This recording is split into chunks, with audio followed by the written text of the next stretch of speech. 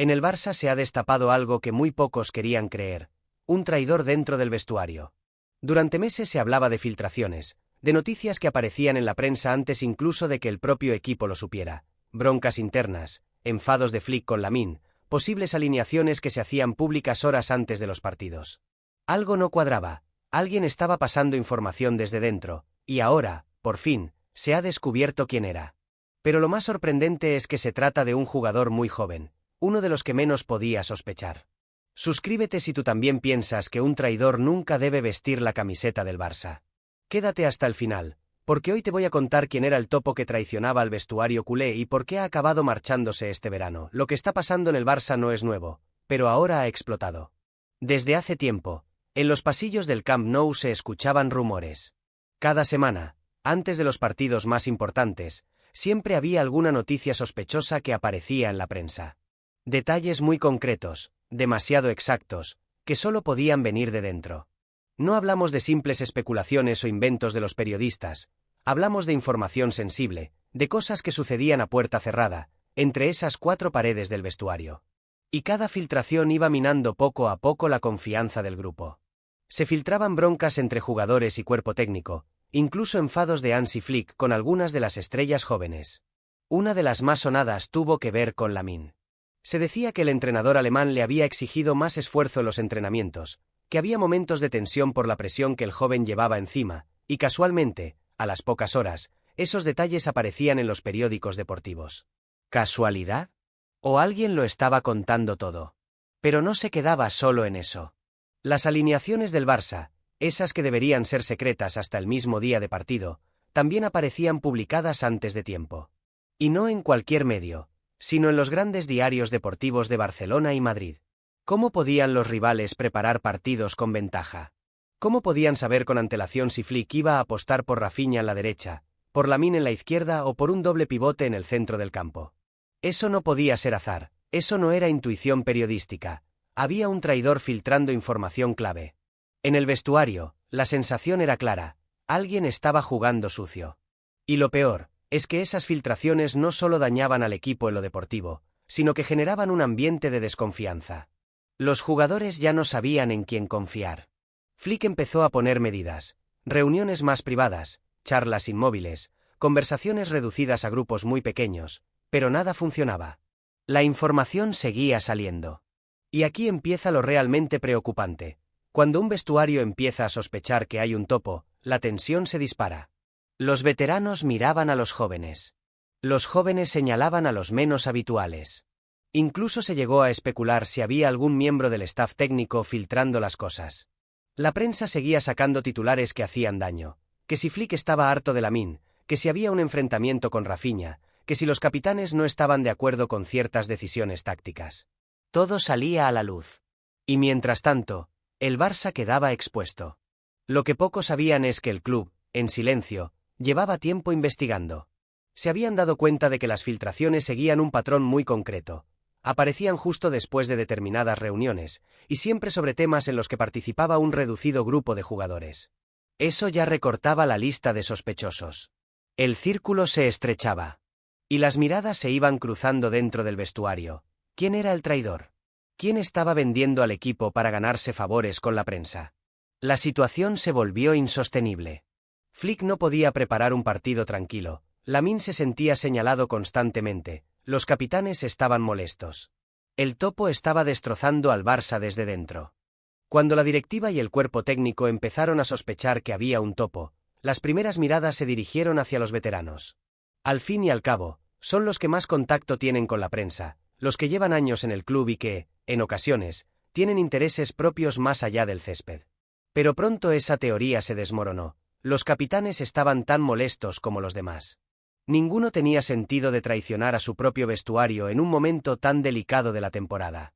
Entonces las dudas giraron hacia los recién llegados.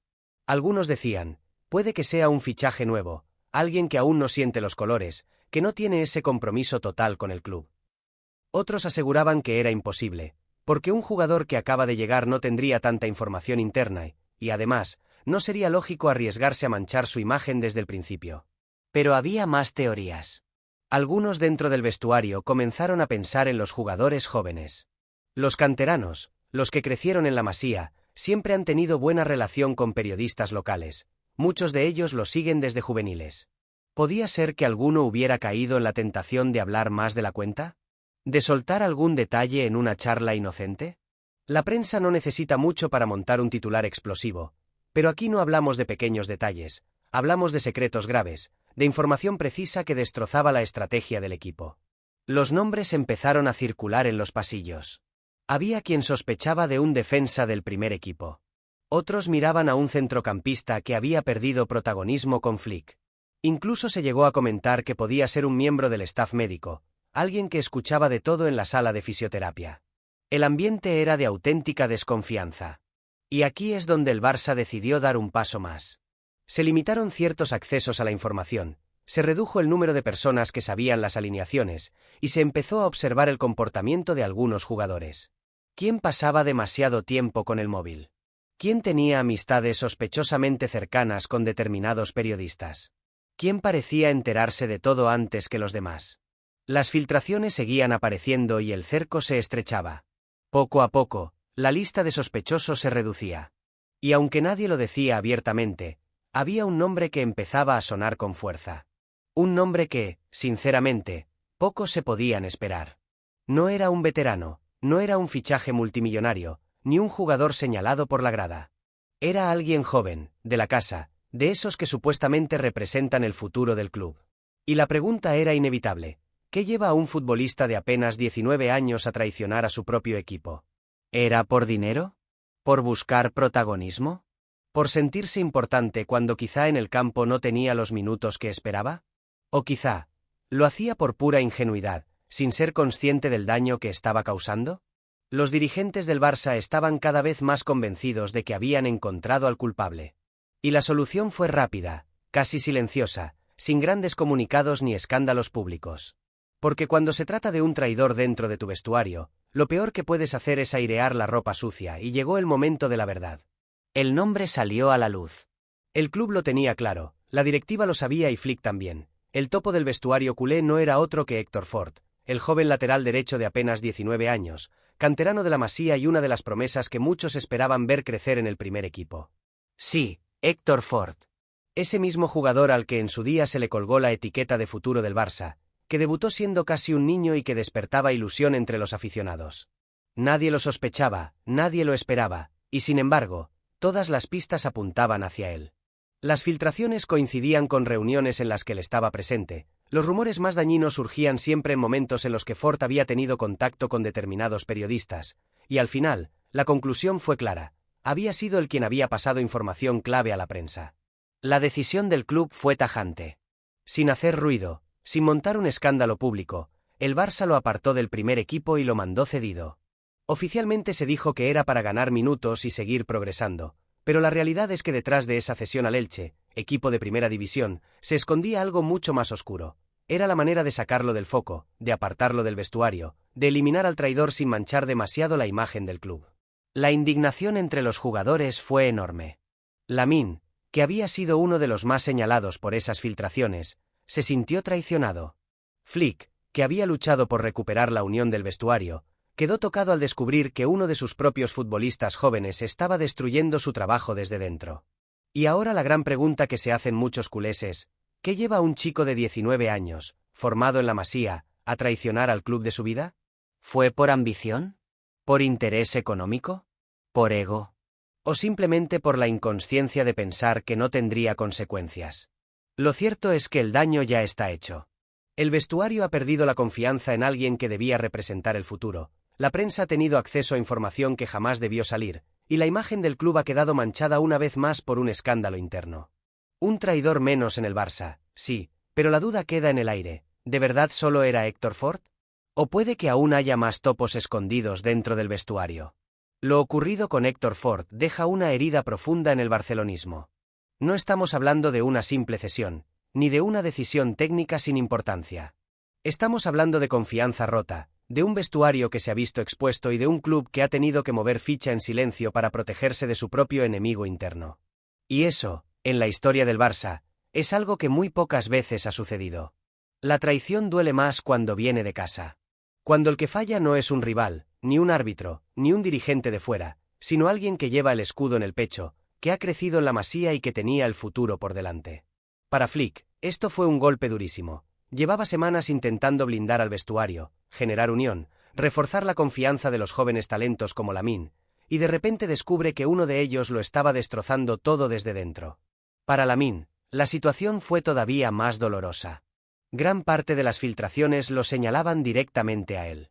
Se hablaba de sus enfados, de sus charlas privadas, de sus momentos de presión, y todo terminaba en los titulares de la prensa, manchando su imagen y convirtiéndolo en el centro de críticas. ¿Cómo confiar en un compañero después de descubrir algo así? Lo de Ford no es solo un caso aislado, es un recordatorio de lo frágil que puede ser un vestuario. Un solo jugador, una sola voz que hable más de la cuenta, puede dinamitar meses de trabajo, arruinar partidos, dar ventaja a los rivales y dividir a un equipo. El fútbol moderno no se juega solo en el césped, también se juega en los despachos, en los micrófonos y en las portadas. Y cuando alguien desde dentro alimenta ese fuego, el club queda totalmente vendido. Hoy el Barça ha eliminado a un traidor, pero la duda sigue en el aire. ¿Habrá más? ¿Podemos estar seguros de que no existen otras voces dispuestas a traicionar por interés propio? Porque si algo nos enseña la historia, es que los grandes clubes siempre han tenido infiltrados, y que la línea entre la lealtad y la traición es más delgada de lo que pensamos. El caso Ford debe servir de advertencia. El Barça tiene que reforzar la unión, cuidar la confianza y proteger a sus estrellas jóvenes de quienes buscan convertirlos en carne de titular fácil. Porque la verdadera fortaleza de un club no está solo en sus fichajes, ni en sus entrenadores, ni en sus títulos, está en la unión de un vestuario que camina en la misma dirección. Y ahora te pregunto a ti, culé que estás viendo esto, ¿crees que el Barça ha hecho bien en apartar a Héctor Ford? ¿Crees que habrá más topos escondidos dentro del vestuario? Déjamelo en los comentarios, porque quiero saber tu opinión. Un traidor menos en el Barça, sí, pero la batalla contra la deslealtad nunca termina. Suscríbete si tú también piensas que ningún traidor merece vestir la camiseta del Barça, porque lo que viene en esta temporada va a traer muchas más verdades incómodas que nadie se atreve a contar.